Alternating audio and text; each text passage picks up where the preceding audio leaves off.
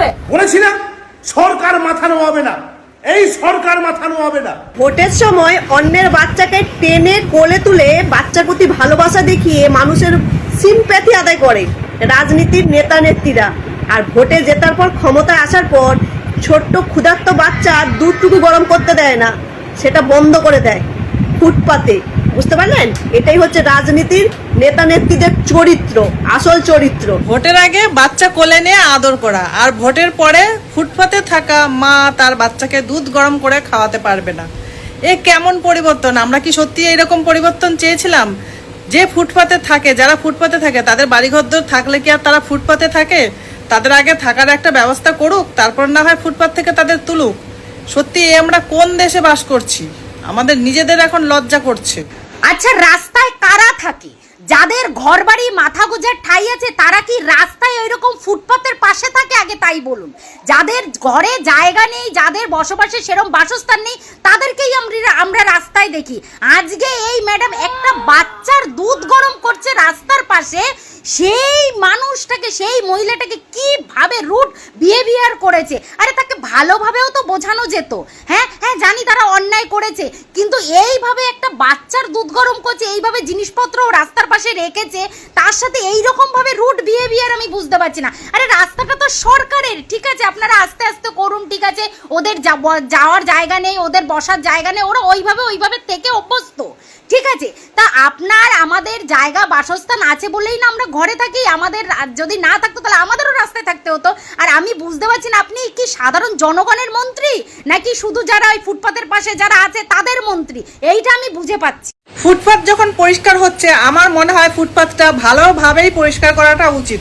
শুধু ওই ফুটপাতে ওই একজন দুঃখিনী মা তার বাচ্চার দুধ গরম করবে, তাকে সরিয়ে দেওয়া হবে, বা যে সবজি বিক্রি করবে তাকে উঠিয়ে দেওয়া হবে, শুধু সেইটা করলে চলবে না। অনেক ফুটপাতে আছে, রাস্তার ধার দিয়ে চার চাকা গাড়িগুলো যেভাবে মানে লাইন ধরে গ্যারেজ করে রেখে দেয়, তারা নিজেরা গ্যারেজ ভাড়া না নিয়ে বাড়ির যার যার পাশে পাশে রাস্তাগুলোকে জাম করে রেখে দেয়। আমার মনে হয় তাদেরকেও গাড়িগুলো সরানোর কথা বলা উচিত, কারণ তারা হচ্ছে সারা বছর ধরে গাড়িগুলোকে ওইভাবে রাস্তার মধ্যে পার্কিং করে রেখে দেয়, তারা গ্যারেজ ভাড়া করে না। আমার মনে হয় পরিষ্কার করলে ফুটপাত ভালোভাবে পরিষ্কার করা উচিত সবাইকে, শুধু একতরফা বিচার করলে চলবে না। রাস্তার উপরে, ফুটপাতের উপর দাঁড়িয়ে বাচ্চা দুধ গরম করবেন, মামারই আবদার হচ্ছে। তারপরে দেখলাম কিছুদিন আগে কোন এক জায়গায় গিয়ে, এখানে এইসব করবেন না, আমি তাহলে থানায় তুলে নিয়ে যাব।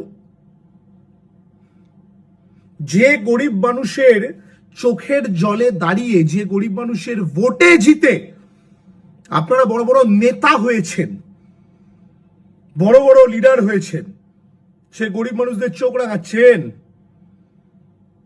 একবার দেখি না, বড় লোকদের একবার চোখটা রাঙিয়ে দেখান না। যান না কাকুরগাছিতে, তুলুন না দেখি ইলিগাল পার্কিং গুলো, রাস্তা পুরো ব্লক করে, অনেকবার তো ভিডিও করে দেখিয়েছি, তুলুন না, মেনে নেবো, তুলুন না, তুলে দেখান। আমি বলছি পারবেন না, সরকার পড়ে যাবে আপনাদের, স্যাটা গরম করে দেবে বড় লোক মারোয়ারিরা আপনাদের। আপনারা তো বড় লোকদের পার্টি, জানি আপনারা বড় লোকদের পার্টি, আপনারা বড় লোকদের তোষামত করে চলে। নীরব মোদী, বিজয় মালিয়া, মেহুল চোকসি, ফ্রিডম 251 মোবাইল, কি ভেবেছেন সব ভুলে গেছি। হেভি স্ট্রং, এত বড় লোকেদের এত কোটি টাকার ঋণ মকুব, আর গরিব মানুষদের উপর আঙুল তুলে, আঙুলের দম্ভ, অধিকারের দম্ভ, অহংকারের দম্ভ।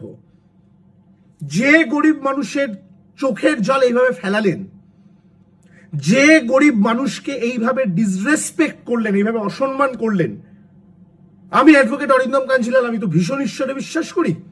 আমি দাবি নিয়ে বলছি, মিলিয়ে নেবেন, এই অহংকার আপনার থাকবে না, এই অহংকার থাকতে দেবে না, মানুষ থাকতে দেবে না।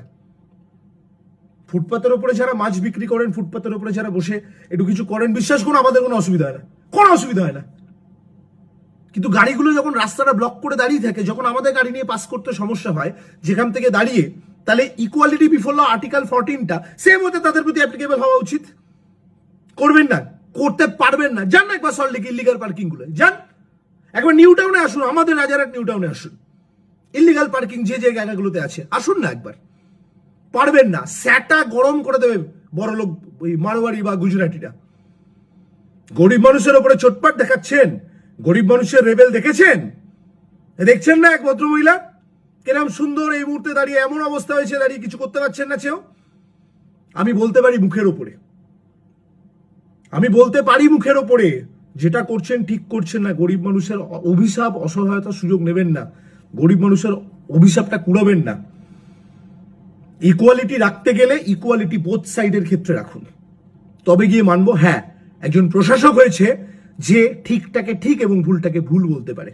গরিবের উপরে চোখে আঙুল তুলে এইভাবে অহংকার প্রকাশ করা থাকবে না, মিলিয়ে নেবেন আমার কথা। বলেছি না সরকার মাথা নোয়াবে না, এই সরকার মাথা নোয়াবে না। শেষ করতে দাও, সবটা প্রিন্ট মিডিয়া বা মিডিয়ার সামনে বলা যায় না। সরকার মাথা নোয়াবে একমাত্র বড় লোকদের সামনে গিয়ে নোয়াবে। দেখছো না কিভাবে বড় বাজার, বড় লোকেদের জায়গা, ওই গড়িয়াহাট, ওইখানে দাঁড়িয়ে কিছু করতে পারি না, মুখটা ভর্তি করে চিনি দেবে, মুখে আগুন, চাপ, যত সব। সরকার মাথা নোয়াবে না, দরকার পড়লে ফুটপাত থেকে লাঠি মেরে গরিব মায়ের বাচ্চার দুধ সরিয়ে দিতে বলবো। বলে দিয়েছি পচা, বলে দিয়েছি। একটু পজিটিভ কাজগুলো করুন না। আর সব ক্ষেত্রে দাঁড়িয়ে কি ভাষা, কি লেভেলের ভাষা।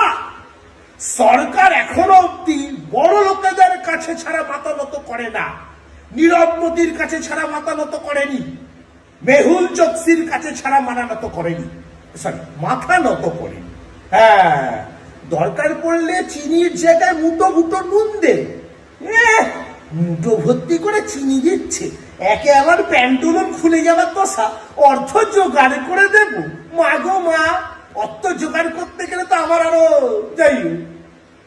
ঠিক আছে, সব বিষয়ে একটু পজিটিভ নিউজ গুলো করুন না। All are very good news, please convey all my gratitude, don't do this kind of thing.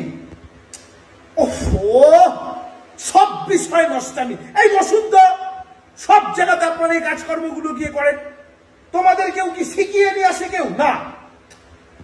করো না, পজিটিভ খবর করো, পজিটিভ বলে দাও যে সরকার মাথা নত করবে না। আমার ভাষা, মাথা নত আমি করবো না একমাত্র বড় লোকদের কাছে ছাড়া।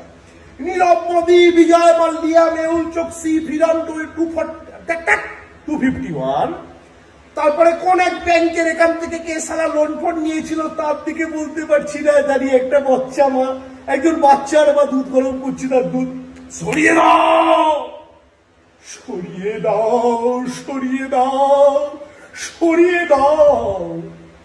সরকার মাথা নত করবে না, অর্থ জোগাড় করে দেব। অর্থমন্ত্রীর সামনে দাঁড়িয়ে তো বলেছি, তুমি আবার বড় বড় বলছো, কি ভাষা। সব হবে, সব ভালো তো।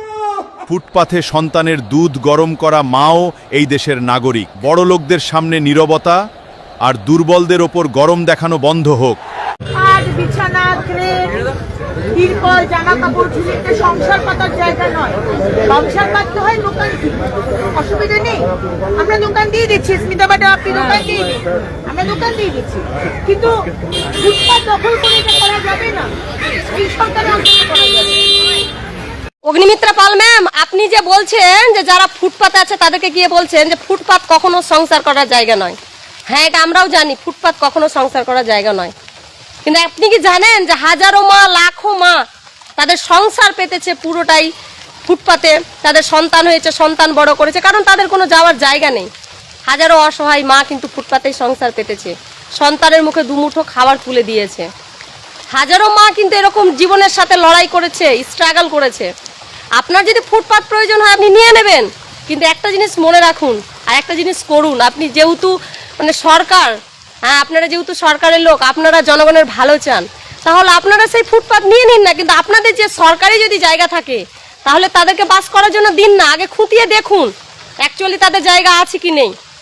সত্যি যারা অসহায়, সত্যি যারা ভিটে মাটি ছাড়া, যাদের কিছু নেই, তাহলে তাদের থাকার জায়গা দিন না। তারা কোথায় যাবে? তারা তো অসহায়। তারা সেই ফুটপাত থেকে 2 টাকা রোজগার করে সেই সন্তানের মুখে খাবার তুলে দিয়েছে, বুঝলেন? খিদার জ্বালা, পেটের জ্বালা বড় জ্বালা, আপনি বুঝবেন না, এসব বুঝবেন না। আপনারা মন্ত্রী মানুষ, আপনারা সোনার চামচে খেয়ে বড় হয়েছেন, সোনার চামচে খান। আপনারা এইসব অসহায় দুঃখের মানে কথা শুনবেন না। তাই আপনাকে একটা কথা বলি, ফুটপাত আপনাদের প্রয়োজন হলে অবশ্যই নেবেন, কিন্তু যারা সত্যিকারের নিরীহ, যারা সত্যিকারের অসহায়, যারা সত্যিকারের কষ্ট করে সংসার পেতেছে, তাদের প্লিজ একটা সংসার দিন। তাদের সত্যিকারের বাড়ি ঘর কি করে লাগবে বা তাদের কোনো জায়গা আপনাদের সরকারি থেকে হলেও দিন, তাদেরকেও বাঁচার সুযোগ দিন, কারণ এই পৃথিবীতে বাঁচার অধিকার সবার আছে। আর আপনারা যেহেতু সরকার, অবশ্যই তাদের জন্য ভাবুন। শুধু ফুটপাত বলে উঠিয়ে দিলাম এটা কিন্তু করবেন না, তাদের জন্য ভাবুন। ন্যায্য যারা সত্যিকারের থাকে তাদের দেখুন, এটা আপনার কাছে রিকোয়েস্ট রাখলাম। শুধু মানুষকে মানে কথা কষ্টকর মানে দুঃখের কথা বলে মানুষের কাছে না চোখের জল নিয়েন না, চোখের জল বড় খারাপ জিনিস। তাই আপনাকে আমি রিকোয়েস্ট করব, যারা সত্যি অসহায়, যারা সত্যি সংসার নেই, হাজারো মা আছে জীবনে সবকিছু ত্যাগ করে দিয়েছে, কেউ নেই পাশে, কেউ নেই, হাজারো মা আছে যারা ফুটপাতে সংসার গড়ে তোলে, সন্তানের মুখে খাবার তুলে দেয়, সেটা আপনাদের দেখভাল করা অত্যন্ত জরুরি, বুঝেছেন? ফুটপাত জবরদখল মুক্ত হওয়া উচিত, কিন্তু আমাদের আর্থসামাজিক পরিস্থিতিতে তার একটা মানবিক মুখও থাকা উচিত। আমরা কখনো মন্ত্রীকে দেখছি বন্যা কবলিত এলাকায় জলে ডুবে থাকা জায়গায় বোটে ঘুরে বলছেন মানুষ ডুবে আছেন ঠিকই, কিন্তু কি অপূর্ব প্রাকৃতিক সৌন্দর্য বলে গান গাইছেন। এটা হতে পারে না। বন্যার জল মানুষকে ডোবাচ্ছে, বন্যার জল গবাদি পশু ঘর দোর 12টা বাজাচ্ছে, সেখানে মন্ত্রী বলছেন যে কি সৌন্দর্য, সুজলাং সুফলাং মলয়জ শীতলাম বন্দে মাতরম। তারপরে দেখলাম এখানে এই জায়গাটিতে যেটুকু দেখেছি আমরা ভিডিওতে, দুধ গরম হচ্ছিল, পুলিশ নিয়ে এসে মন্ত্রী বলছেন যে কেন দুধ গরম করা হচ্ছে, তাতে মহিলা বলছিলেন বাচ্চার জন্য দুধ গরম করছি। আমি 100 বার ফুটপাত ফ্রি রাখার পক্ষে, কিন্তু আমাদের দেশে আমাদের আর্থসামাজিক পরিস্থিতিতে তার একটা মানবিক মুখ থাকা উচিত। মানুষ ফুটপাতে থাকেন এই বাচ্চা নিয়ে, মানুষ ফুটপাতে, তারা কেউ স্বেচ্ছায় ফুটপাতে নেই, ওনাদেরও ইচ্ছা করে কোনো ঘরে থাকার। গরিব কেউ শখ করে হয় না, মাননীয়া ম্যাডাম অগ্নিমিত্রা পাল গরিব কেউ শখ করে হয় না। উনিও চান না ওনার এই বাচ্চা নিয়ে এই বৃষ্টির বাদলের মধ্যে এই ফুটপাতে সেখানে দুধ গরম করে খাওয়াতে। পুনর্বাসনের ব্যবস্থা করুন,